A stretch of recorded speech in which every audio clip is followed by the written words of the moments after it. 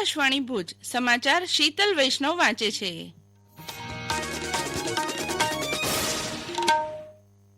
નમસ્કાર.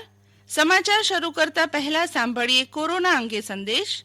કોરોનાથી બચવાના 3 મહત્વપૂર્ણ ઉપાયો: માસ્ક પહેરો, સામાજિક અંતર જાળવો, હાથ સ્વચ્છ રાખો. હવે સાંભળીએ સમાચાર. રાષ્ટ્રપતિ રામનાથ કોવિંદે જણાવ્યું છે કે ડિજિટલ ટેકનોલોજીનો લાભ તમામ લોકો સુધી પહોંચાડવા માટે ડિજિટલ ઇન્ડિયા પહેલ અંતર્ગત પ્રયાસો ચાલુ રાખવા જોઈએ.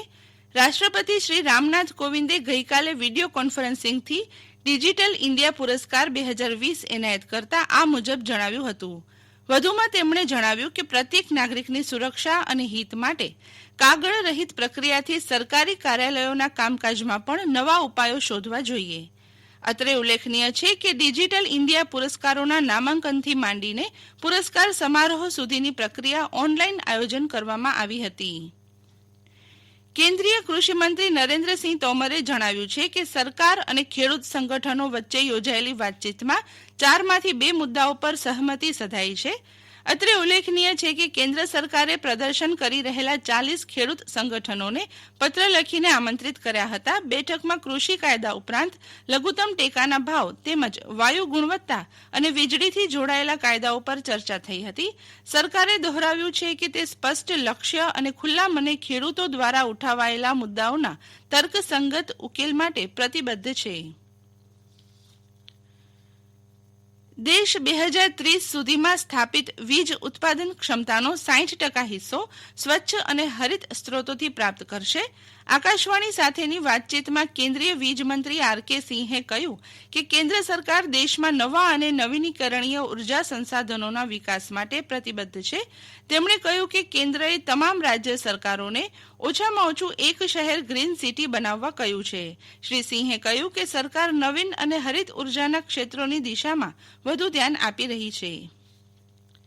મુખ્યમંત્રી વિજય રૂપાણીએ જણાવ્યું છે કે રાજ્યના 4 મહાનગરો અમદાવાદ, વડોદરા, રાજકોટ અને સુરતમાં તારીખ 1 જાન્યુઆરી 2021થી રાત્રિ કર્ફ્યુના અમલનો સમય રાત્રિના 10 વાગ્યાથી સવારના 6 વાગ્યા સુધીનો રહેશે. મુખ્યમંત્રીશ્રીએ રાજ્યના આ 4 મહાનગરોમાં રાત્રિ કર્ફ્યુની આ સમય વ્યવસ્થા તારીખ 14 જાન્યુઆરી સુધી અમલમાં રાખવામાં આવશે તેવો પણ નિર્ણય કર્યો છે. છેલ્લા 24 કલાક દરમિયાન ગુજરાતમાં કોરોનાથી સંક્રમિત નવા 799 દર્દીઓ નોંધાયા છે અને સાજા થયેલ દર્દીઓની સંખ્યા 834ની થઈ છે. આ સાથે કોરોનાથી સંક્રમિત થયેલા કુલ દર્દીઓની સંખ્યા 2,44,258ની થઈ છે. હાલ રાજ્યમાં સારવાર હેઠળ હોય તેવા દર્દીઓની સંખ્યા 9,979 છે. કુલ સાજા થયેલ દર્દીઓની સંખ્યા 2,29,977ની થઈ છે. ગઈકાલે 7 મોત સાથે કુલ મરણાંક 4,302 પર પહોંચ્યો છે. કચ્છમાં કોરોનાની વિગત જોતા છેલ્લા 24 કલાક દરમિયાન કુલ 26 દર્દીઓને સ્વસ્થ થતા ઘરે પરત ફરવા વિદાય આપવામાં આવી તેમજ કુલ 26 નવા પોઝિટિવ કેસ નોંધાયેલ છે. જેમાં ભુજમાં કુલ 12, ગાંધીધામમાં 6, નખત્રાણામાં 4, અંજારમાં 2, અબડાસા અને મુન્દ્રામાં 1 કેસનો સમાવેશ થાય છે. હાલ કુલ એક્ટિવ પોઝિટિવ કેસોની સંખ્યા 229ની છે. આજ સુધી સાજા થઈ રજા અપાયેલ કેસોની સંખ્યા 3,657ની થઈ છે. તે સાથે આજ સુધી નોંધાયેલ કુલ પોઝિટિવ કેસોની સંખ્યા 4,007ની થઈ છે.